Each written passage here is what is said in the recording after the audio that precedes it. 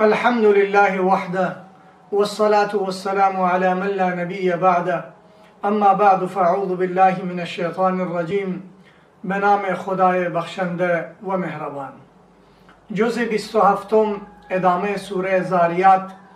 به خاطر حصول عبرت خداوند متعال ذکر قصه ابراهیم علیه السلام را فرشته ها اومده بودن بشارت به فرزند دادن و خبر عذاب قوم لوط را که قوم سرکش و نافرمان و قوم لوطی بودن. خداوند متعال اونا رو هلاک کرد. الله می فرماید فاخرجنا من كان فيها من المؤمنين فما وجدنا فيها غير بيت من المسلمين. بدون از مسلمانان دیگر نماندن و همه رو هلاک کردن. خداوند متعال اینجا ذکر قصه های انبیاء کرام علیهم السلام و فی موسی اذا ارسلناه الى فرعون بسلطان مبین. بعد از این قوم عاد رو ذکر میکند و فی عاد اذا ارسلنا علیهم الريح العقیم. بعد از این قوم ثمود را ذکر میکند و فی ثمود اذ قیل لهم تمتعوا حتی حین. همه اینها رو هلاک کرد و تباه کردن. برایشون گفت که شما کم زنده بمانید و هلاک میشوید با این نافرمانی هایی که میکنید. و بعد از این و قوم نوح من قبل انهم كانوا قوما فاسقین. قومی بود که نافرمانی میکرد، قوم فاسق بود، پیغمبران رو اذیت میکردن. خدا هلاکشون کرد. خدا قدرت‌های خود را بیان نموده و میفرماید ففروا الی الله، به طرف الله شتابان باشید و سرعت بگیرید و فرار کنید و بدوید به سوی الله که خداوند متعال غمخور شماست و حفاظت کننده شماست. بعد از این سوره تور هست. اینجا هم ذکر کوه تور یا ذکر تور شده. به خاطر وقوع عذاب خداوند متعال 5 نوع قسم خورده که ان عذاب ربک لواقع والطور وكتاب مسطور في رق منشور والبيت المعمور والسقف المرفوع والبحر المسجور ان عذاب ربك لواقع ما له من دافع. عذاب خدا وقتی بیاید کسی نمیتواند جلوی وقوع عذاب را بگیرد. مجرمین وقتی به جهنم داخل میشن اون منظر را خداوند متعال بیان میکند که شما بخواهید نخواهید، فریاد کنید نکنید، فرقی نمی کند. اصلوها فاصبروا، این عذاب را بچشید، صبر بکنید بر این عذاب یا نکنید. سواء علیکم انما تجزون ما کنتم تعملون، این جزای اون اعمالی است که شما میکردین. بعد از این خداوند متعال در دنیا عذاب دادنی ها رو ما طبعا میدانیم. وقتی کسی رو عذاب میدهد یک روز این عذاب ختم میشود و یا رحمش میاد یا فریاد کردن اون را شنیده و میگذاردش. اما روز قیامت اصبروا و لا تصبروا سواء علیکم، بخشنده کسی نخواهد بود. اونه که بخشنده بود او را ناراحت کردیم. آنجا معامله برعکس میشود. نعمتهای آرام و راحت، حور و باغات و چشمه ها به خاطر متقین اینجا ذکر شده است. و همچنان رسول الله صلی الله علیه وسلم را ساحر و مجنون گفتن. الله فرمود این نبوت دست اینا نیست که برای تو داده، این از الکشن نیست. متکلم اسلام مولانا محمد الیاس گومن مد ظله العالی استاد گرامی ما میفرماید که این از الکشن نیست که نبوت را کسی با انتخابات بگیرد و یا این مردم برایش رأی داده بودن. نه، این سلکشن است، یک از طرف خداوند متعال انتخاب است، اصطفا است، اشتباه است. خدا انتخاب می کند و الله می دهد. مخلوق نمیتواند این نبوت را به کسی بدهد. الله می فرماید ای محمد صلی الله علیه و سلم فاصبر لحکم ربک فانک باعیننا، تو در جلوی چشم ما هستین، شما صبر بکنید. این حالاتی که وقتی اینا می بینید اینا رو صبر کردن من خدا عوض اینها رو می دهم. فانک باعیننا وسبح بحمد ربک حین تقوم ومن الليل فسبح وادبار النجوم. اینجا سه وقت ذکر شده که تهجد بود و مغرب و عشاء بود و نماز فجر بود. در این حالات به طرف خدا متوجه باش در وقت فجر.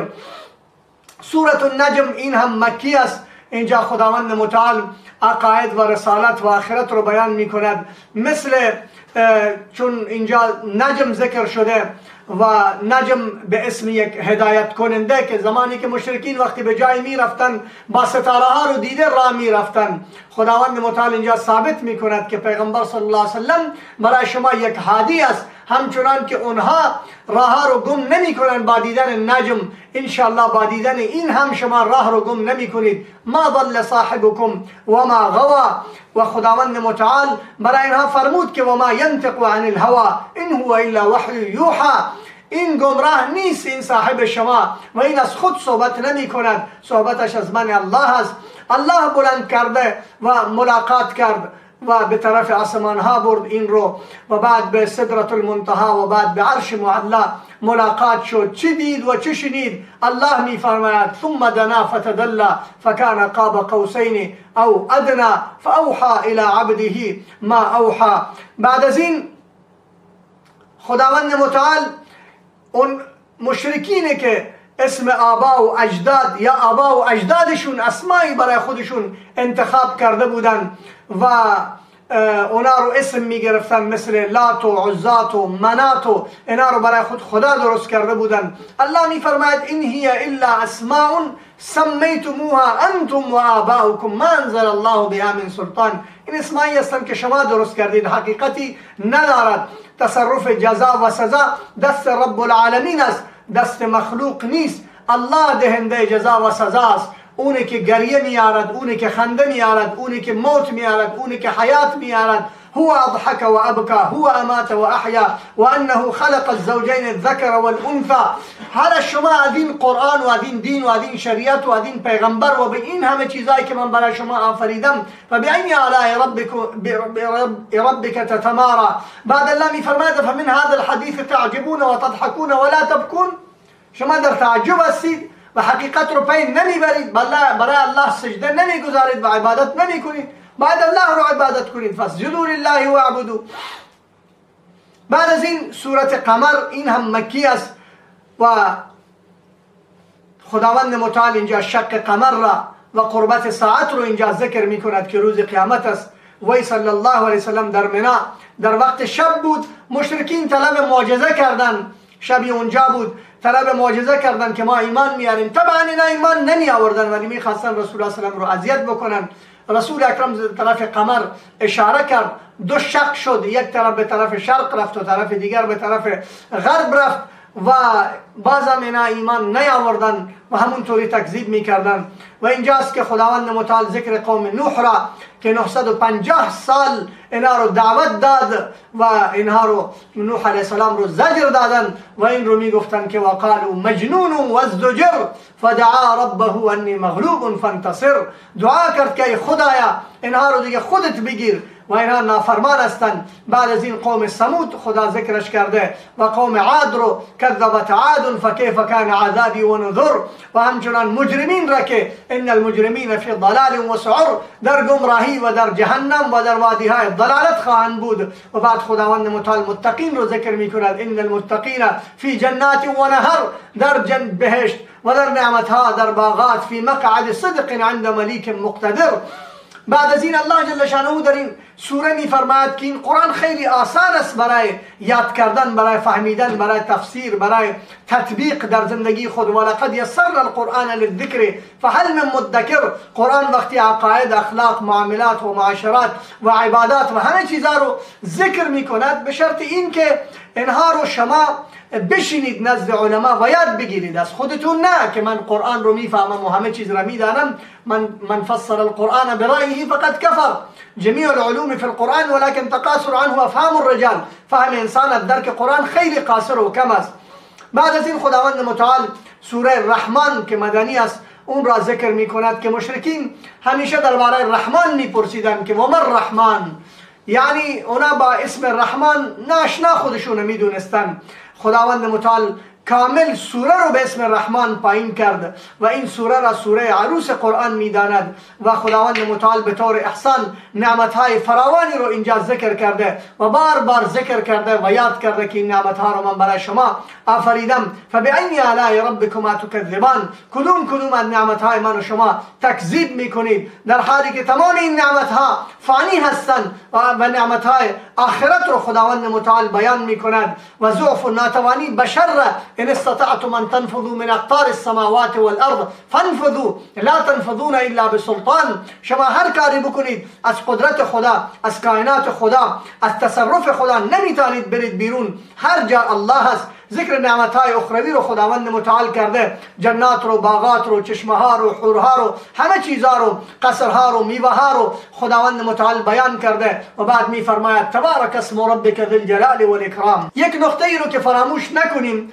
در سوره رحمان، ببین آمدن عذاب این عذاب است، این نعمت نیست، اما خبر دادن عذاب این نعمت است که وقتی خداوند متعال به قومی خبر میدهد و علامات رو ظاهر میکند که ای قوم من بر سر شما عذاب میارم، وقتی نذیر میاد، وقتی ترساننده میاد، انسان باید بفهمد که عذاب خدا واقع است. اون موقع که انسان میترسد این نعمت است از طرف خداوند متعال وقتی به انسان خبر میرسد. سوره واقعه این هم مکی است و خواننده‌اش خداوند متعال او را از فقر و فاقه نگه میدارد. چیزی که واقع شدنی است این را واقعه میگوید و الله میفرماید لیس لوقعتها کاذبه، و اون روز آمدنش هیچ دروغی ندارد و حقیقت است. سه جماعت را خداوند متعال اینجا ذکر میکند، اصحاب الیمین است، اصحاب الشمال است و مقربین است که اونها جلوتر از اصحاب الیمین هستند. و بعد خداوند متعال اینجا نعمتهای مقربین را ذکر می کند که فی جنات النعیم علی سرر موضونه متکئین علیها متقابلین. نعمتهای بزرگی هستند در جنات، در نعمات و در بهترین آرام و در راحت و در آسایش و در تکیه ها و غلمان حور دور و برشان میچرخند. و بعد اصحاب الیمین را ذکر می کند فی صدر مخضود و طلح منضود و ظل ممدود و ماء مسکوب و فاکهة کثیره لا مقطوعه ولا ممنوعه فرش مرفوعه اکواب موضوعه نمارق مصفوفه.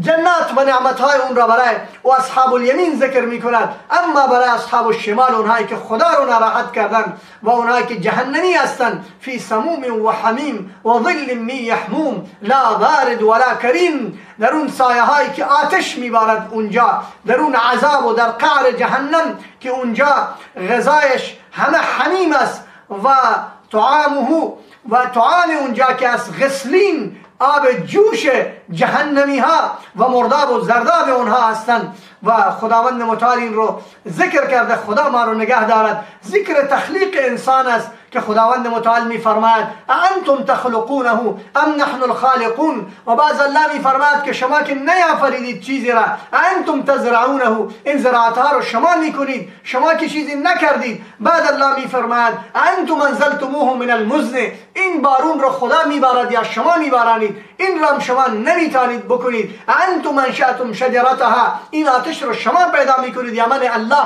یا درختش را من الله پیدا کردم. صداقت قرآن رو بیان میکند لا یمسه الا المطهرون، این را مس نکند مگر انسانان پاک. خواندن و دست زدنش در حالت جنابت و حیض و نفاس در این حالات جایز نیست. بعد از این خداوند متعال بعث بعد الموت را کسانی که قبول نداشتند ذکر میکند.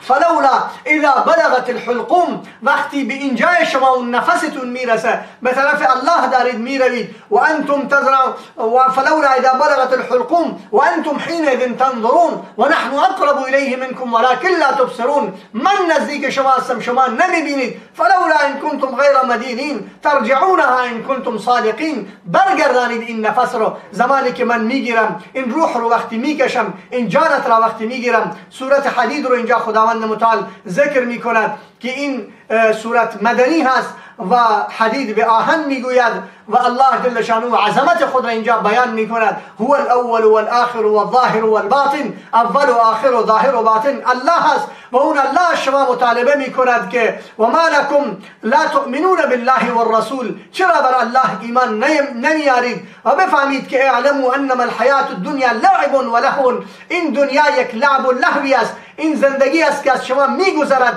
و الله میفرماید و ما لکم لا تنفقوا فی سبیل الله ولله میراث السماوات والارض، چرا در راه الله خرج نمی کنید؟ اونهایی که در راه الله خرج کردن لا یستوی منکم من انفق من قبل الفتح و قاتل، اونهایی که قبل از فتح مکه قتال کردن و انفاق کردن اونا نمیرسن. اونهایی که بعد از فتح مکه چیزی کردن به اونها نمیرسن. اونا مقربین هستند، اونا اولین هستند، سابقین هستند. اولئک اعظم درجه من الذين انفقوا من بعد و قاتلوا که بعدا اونا نفقه کردن و دادن. و همچنان بعدا و کل وعد الله الحسنى، الله جل شانه فرماید برای همه من میدهم، یعنی برای هر دو تا من بهشت میدهم، برای اونایی که قبلا بودن و اونایی که بعدا، ولی در درجه ها بلند و پایین دارد. ان الذين سبقت لهم من الحسنى اولئک عنها مبعدون. در جای دیگر الله ذکر میکند فقط درجه بندی هست، یعنی افضل ترین اصحاب بدر بودن، بعد مهاجرین بودن و بعد دیگر بودن. و مثل یهود و نصارا اینجا الله میفرماید که سخت دل نباشید شما،